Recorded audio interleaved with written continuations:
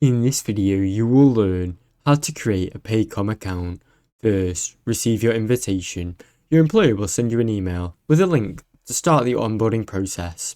Verify your identity. Click on the link and verify your identity by entering a 6-digit code sent via SMS or automated voice call.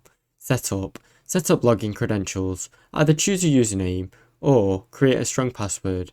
You can also select and answer security questions for account recovery. Complete personal information. Make sure to enter your full name, date of birth, social security number, and contact details. Make sure all your information is accurate.